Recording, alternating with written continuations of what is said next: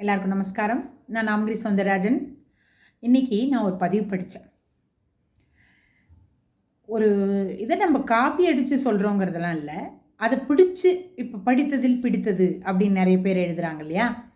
அது மாதிரி என்னென்னா, ஒரு லண்டனில் ஒரு லேடி இருக்காங்க. அவங்களுக்கு என்னாகுமா, அவங்களுக்கு ரோஸ் ஆனால் ரொம்ப பிடிக்குமா. ரோஸ்னால் அவங்களுக்கு ரொம்ப பிடிக்கும்.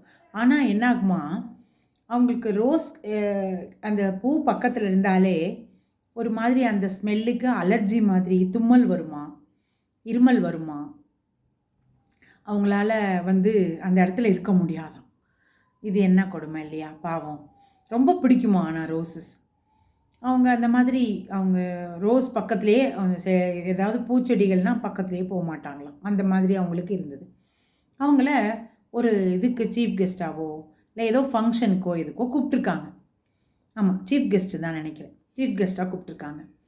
அவங்க போனப்போ அவங்கள இன்வைட் பண்ணும்போது நிறைய ஃப்ளவர்ஸ் எல்லாம் வச்சு இன்வைட் பண்ணுவாங்க இல்லையா?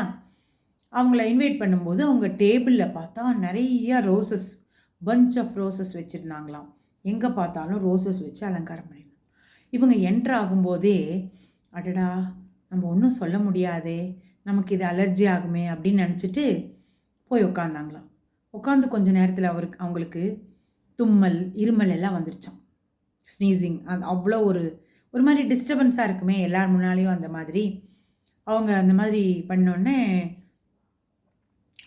அவங்க எல்லாருக்கும் இது பண்ணிவிட்டு வெக்கப்பட்டுட்டு உட்காந்துருந்தாங்களாம். அப்போ ஒருத்தவங்க யாரோ எந்திரிச்சு இந்த பக்கம் பாஸ் பண்ணி போகும்போது எவ்வளோ ரியல் ஃப்ளவர்ஸ் மாதிரி வச்சுருக்காங்க பாருங்கள், ஆர்டிஃபிஷியல் ஃப்ளவர்ஸ் அலங்காரம் இவ்வளோ ரியலாக இருக்குல்ல அப்படின்னு சொல்லிட்டு போனாராம்.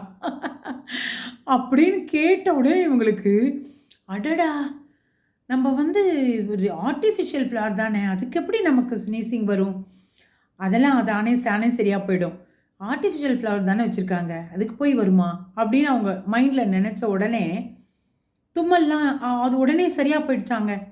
இதுலேருந்து என்ன தெரியுது, மனசு தான், நம்ம மனசு connected to mind is connected to பாடி அப்படின்னு சொல்லுவாங்க இல்லையா? அந்த மாதிரி நம்ம அந்த பிளாஸ்டிக் ஃப்ளவராக இருந்தால் கூட அதை நினச்சி இவங்க ரியல்னு நினச்ச உடனே தும்மல் வந்தது. அது பிளாஸ்டிக்னு நினச்ச உடனே அந்த தும்மல் போயிடுச்சு. பார்த்தீங்களா? இதுலேருந்து என்ன தெரியுது, நம்ம மனசை நம்ம எப்போவுமே நம்ம கண்ட்ரோலில் வச்சு நம்ம அதை பாசிட்டிவாக வச்சுக்கணுங்கிறது தெரியுதா? தேங்க்யூ.